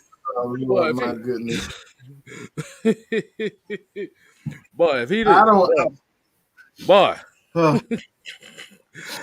Oh man, bro, we were all right, man. Y'all got my signs clear as hell right by now, bro. Hey, this is the Q&A portion. Y'all go ahead and ask some more questions. And like I said, we're gonna give you about another 5 to 7 minutes for questions, and then the replacements.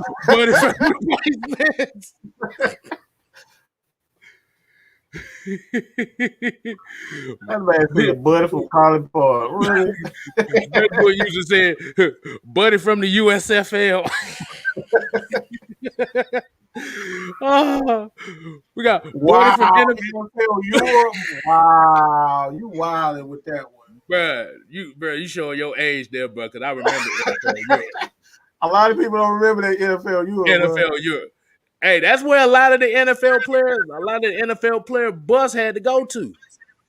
Mm-hmm. Oh my God, man! And like I said, the questions don't have to be just Falcons. It can be whatever team that you may be. Like I said, Trammell can ask questions about the Saints. Carter can ask questions about Buccaneers. Whoever team is, you can ask questions right here. Look at Trammell here trying to recruit.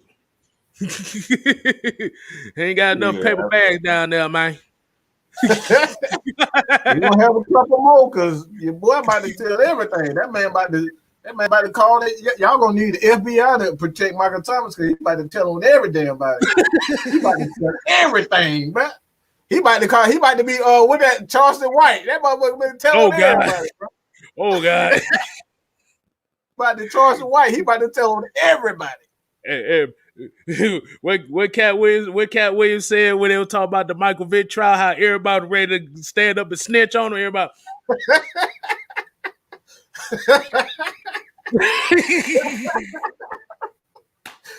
hey, little Beetleborn said, buddy from NFL Blitz.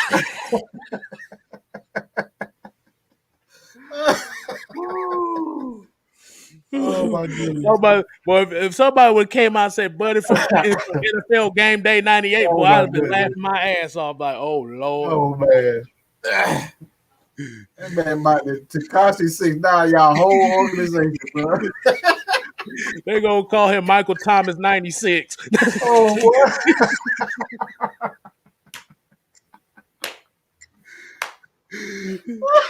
what? Lord have mercy. I don't know what this show going. I don't know what is it. We don't know what the hell going on. God damn it. Oh my Oh, God, hold on. man. I got a question here. Cartier Walker. Oh, Hold on. Hold on. What's it? Damn, Buddy from Tampa. Billboard said Buddy from Game Day 99. Oh, shit. oh, Oh, game day shit. Oh, you get this 99. question. Ain't that Okay. the ESPN at what that was the ESPN football game? The game day 90? No, ESPN. It was ESPN football. It was yeah. It used to be NFL 2K. Then they moved it to NFL football. Okay, ESPN football. okay. And then they brought back Man. NFL 2K. Okay, Oh, Cartier Walker says, "Who are your favorite players from the 3 rival teams? That's Panthers, Bucks, Saints." Okay, I'm only gonna name 2 from each of them, and this is gonna be some non-biased stuff. Players I like. And I'm gonna start with the Buccaneers. The number 1 guy I like on y'all team is Devin White. Why? I like them flash phone linebackers. 2, and Vita Vea, because we got to represent for the big boys. Without Vita Vea, that defense was not going to win a title. Was not going to win a Super Bowl without Vita Vea. But I like Devin White, though. Saints, I'm going to throw some Saints players in. I'm going to give them some love on this one, too. I like Alvin Kamara. And this one's going to shock a lot of people here. Chauncey Gardner-Johnson. That's going to shock a lot of people. And the Panthers. You like crap starter. You love people that start crap, so that don't surprise me at all. You love that. All right. Then I'll go with the Panthers. Because we're talking about teams right now. So I'm gonna go with the Panthers. Let's see. Panthers. I'm gonna throw Patrick Chan in there. And if y'all still had Luke Kuechly, I'd definitely throw him in there. But y'all ain't got him no more. So Patrick Chan and Christian McCaffrey, that's really all I could think of with those 2. Mm-hmm. Hassan Riddick is cool, but I think Patrick Chan and I actually did a stream on this. Like Patrick Chan is one of those guys you really have to watch out for. He's pretty much like Thomas Davis, like they used to have. So, but dude said, "Am I crazy to like Cam Jordan?" What do you feel? Oh, you doing run that damn mouth. Well, look, ain't tough. He ain't tough. All he do is cry. Every time he don't get his way, he start crying. Right. He's go head straight to Twitter crying. Y'all didn't do this. Y'all missed the call, and we didn't do this. The referee tripped me up, and you didn't see him. He's a damn crybaby.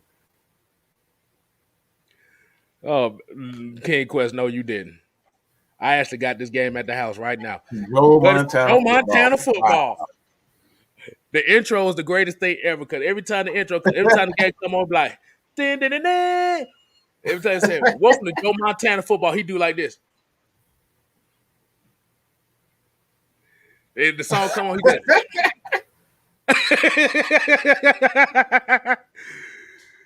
oh man. The Nation said, doing any film review on preseason games? We could just as far as looking at play developments and stuff and see what we like on certain plays. Mm-hmm. I'll be down for that because I think a lot of people kind of poo-poo on preseason, like, well, preseason ain't worth nothing. Mm-hmm. So this is where you get all the kinks out. Mm-hmm. Because if you know, all the great teams really don't win in the preseason. It's just all about working the kinks out. Mm-hmm. Where players and how you're going to utilize players and whatnot. Right. Look, he said Cam Jordan is not in nobody's top nothing but the Saints. Man, look, man, that man get a lot of cleanup sacks, and he pick on a lot of right tackles. Like right tackles is they're not even the best pass protector. A lot of teams don't even like to put a tight end on right tackle. So he picking on guys that's like not even the best tackle. He's going against the second best tackles on a team's offensive line. So it's like if he played on the left side more or on the right side more, defensive right side, then I can say he's an elite pass rusher. He's not an elite pass rusher. He's very good at what he does, and that's bull rushing and getting sacks when they need him. So I wouldn't necessarily say he's a great pass rusher, but he's one of those guys who is very effective at what he's asked to do. He's asked to take on the right tackle. Y'all don't really move him around, but when he goes against Jake Matthews, he doesn't get those sacks. As soon as he go over to Caleb McGarry, he eats Caleb McGarry for lunch. He eats everybody else for lunch on the right side. So is he really a great pass rusher? I can't really say that. Is he efficient? Absolutely. He's one of the most efficient defensive linemen in the game. But when I'm talking about, great defensive linemen, you got to be able to go on both sides of the line. I get that from Justin Houston. I get that from Von Miller. I got that from Johnny Abraham. Like Johnny Abraham, it don't matter what he was, what side he was gonna get after the quarterback. Like that's what I call great pass rushers. When you play on one side, Michael Strahan, it don't matter what Michael Strahan was at, he was gonna get after the quarterback. Michael Strahan, that boy had the powers of the gap too. That's how he was able to get there, get in the backfield. Boy, he's like, hey everybody, boom, right there at your face. Twisted Torch TV, y'all show him some love. What it do, T? And yes, if y'all really want to see what happened yesterday, T and I was pissed. We went the fuck off. Oh man, T went off on the thugging side. I went off on the philosophical side. But we both was ready. He was with it, bro. He was with it, bro. He was with it. Exactly. Hell no. Oh man. Boy. So we're gonna go ahead and wind it down for the night. Cause boy, we appreciate y'all joining in. Like I said, hopefully we made your Monday night a very plentiful one. Make sure y'all had a good time watching the show. This is what we try to do. We try to give you the best content we got, try to give you the best topics we got. As you see, we're not just Falcons football talkers. We talk all sports. We talk the philosophical side of it. We talk the mental side, the emotional side. So go ahead, Mike. I'm gonna let you go ahead and start it off. Start off the closing. Everybody do themselves a favor and tell your mama, tell your dad that you love them. Your brother, your sister, your cousin, your auntie, your best friend. Tell everybody that you love them because you never know when it'll be the last time that you speak to them. Cherish every day, every moment. Here at AFN, you guys are more than just friends and followers. Y'all are family. We do everything for y'all, man. Like all the comments, we answer comments. We sit here and act goofy as hell every day just to help entertain you guys. So we definitely appreciate everybody. Like Dwayne, I don't know is that Bodle or Batty? I can't even damn read that.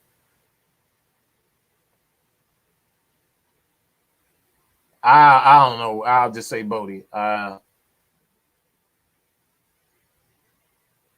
What's up, AFN? Looks like the competition is heating up. AO Pitts, Lil Hawk, Huntley will be taking it to the next level come Friday. By the way, the last name is pronounced Body. Okay. Dwayne Body. All right, cool. Hold on. We Twister definitely said he appreciate got a you. question. He Mm-hmm. said Twister said he got a question. God damn, boy, what a question at?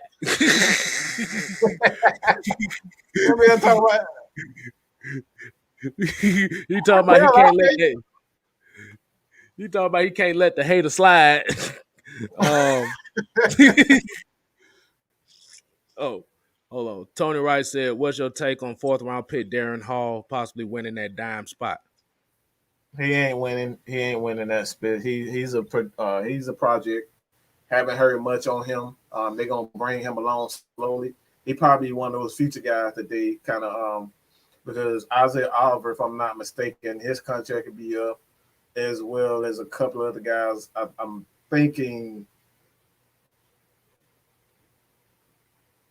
Fourier's contract is coming up soon, I believe. I think it's coming up for negotiation. So he'll be looking for a new contract. So like he'll be one of those guys like they can, start developing now. So if Isaiah Oliver doesn't pan out the way that a lot of people think, like myself, think he can, but I don't think you'll see much. I think he'll be a special teams guy. But the Falcons are low. A lot of people got to realize like Fabian Moreau is a very good corner, but he just played with a team. It's just like you're not gonna get a lot of respect from Washington. You know what I'm saying? You ain't gonna get no respect from Washington. So now he's over with a team that's gonna get a little bit more TV time playing against the Bucks and the Saints. Like you're gonna get a lot of TV time, so everybody gonna really get to see what Moreau is.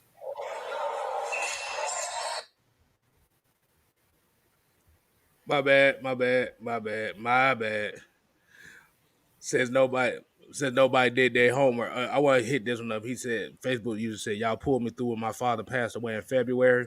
True AFN family. Yes, sir. That's what we talk. That's what we talk about, man. Mm-hmm. Be there to help. That's what we here for. Okay. So here go T with the question. He said, "Can the Falcons defense win games more than the offense with Dean Pease and these fast, athletic defense?" Yes. All it takes is one play. That's all it takes is one play. Gotta get off the field on third down. You can give up all the yards. You can be 30th, 20th, and passing defense. But if you get off the field on third down when you need them most, we keep saying I can care less about being a top 5 defense. I don't care because we saw in the Super Bowl when San Francisco needed a stop, their defense could not do a damn thing. So do I care about a top 5? No. I don't care about none of that. You got to get timely stops. So the Falcons, even if they rank in 20, but they continually get timely stops, I'm happy. All right. Hey, I want to go ahead and show them something right quick. If y'all haven't did, I know most of y'all ain't did y'all homework like I told y'all to, so I'm gonna go ahead and show y'all right now. The Russians have a new way of playing basketball.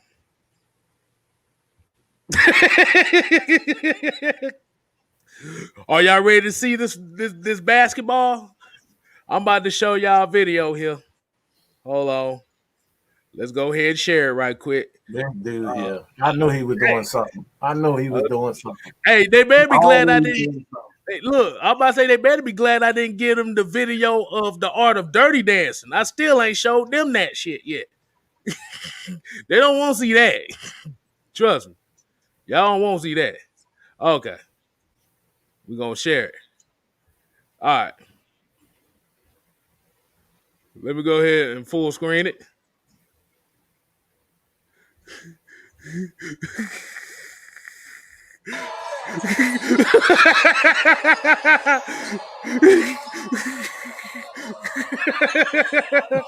Look at this shit.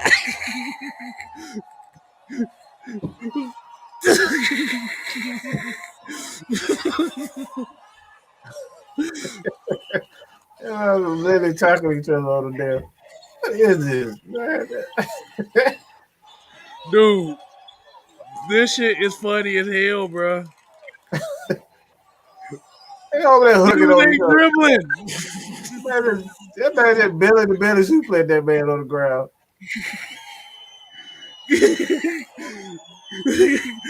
Look at this man. Hey, so what do y'all? Yes, Chisel the Donnas went insane on this. This how I got into it. Dude, look at this shit.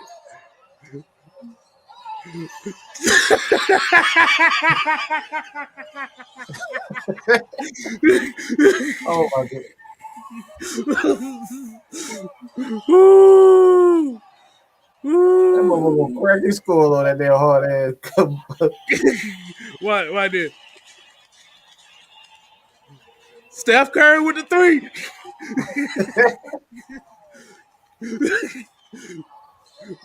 What is? Show hand down.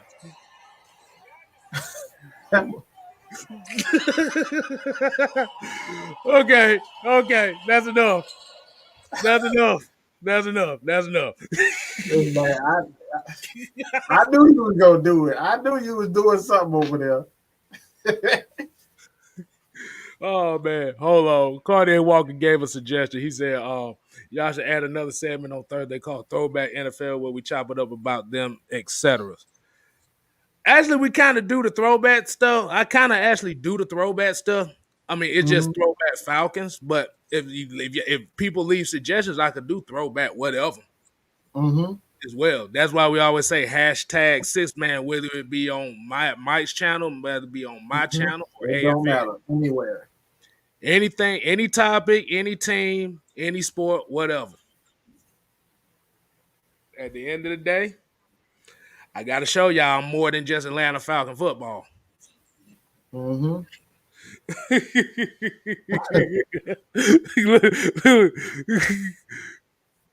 Oh man, look at this shit. Dwayne Body said, they all be thrown off the court. Boy, dude. Bro, Dropped on the head, rock bottom on the. they had one where they threw the guy against the wall. I'm like, bro. Proven said MMA, WWE, wrestling, hoop ball. All right, man. Like I said, we appreciate everybody tuning in tonight. Like I said, you make sure you subscribe to not only Mad Mike's channel if you're not already on there. Atlanta Falcon Nation. We on the road to 2K. So we appreciate y'all if y'all like, share these videos to people that you know that might not be subscribed to Atlanta Falcon Nation. Let them see what we're talking about. And also subscribe to Just Kstylz channel. I'm on the road to 400 myself. 36 away from that. So I appreciate y'all. I appreciate everybody that's already subscribed. I appreciate everybody that's watching. Like I said, we trying to get these numbers up. We trying to get the algorithm up here so more people can watch us. Also, subscribe to Just Jew Talk, to Jew Talk Sports, Twisted Torch TV, Maggie's Sultry Seconds, Miss Maggie T. And if you're on the Twitch side of the game, subscribe to Just J Rock TV. And also I'm gonna end it on it like this. R.I.P. I'm gonna put the comment up here. Bobby Bowden. Bobby Bowden. Yep. My dad was a Florida State fan, so he know about Bobby Bowden. Peter Bull, not Peter Bull, whatever. Peter Ward. Peter Ward, Derek Brooks, Ron Simmons. Yeah. Ron Simmons. Dang. Yeah, him. Dang. Yep. Dang. Exactly. So we appreciate everybody tuning in. Like I said, catch the playback if you're just tuning in. Oh yeah, also Deion Sanders. How did we forget that? Yep. So if you're catching it at the end, y'all make sure y'all watch the playback. Just like at AFN, we ain't here to play. We here to stay. You ain't gotta go home. You gotta get the hell out of here. Yo! Yo. Deuces.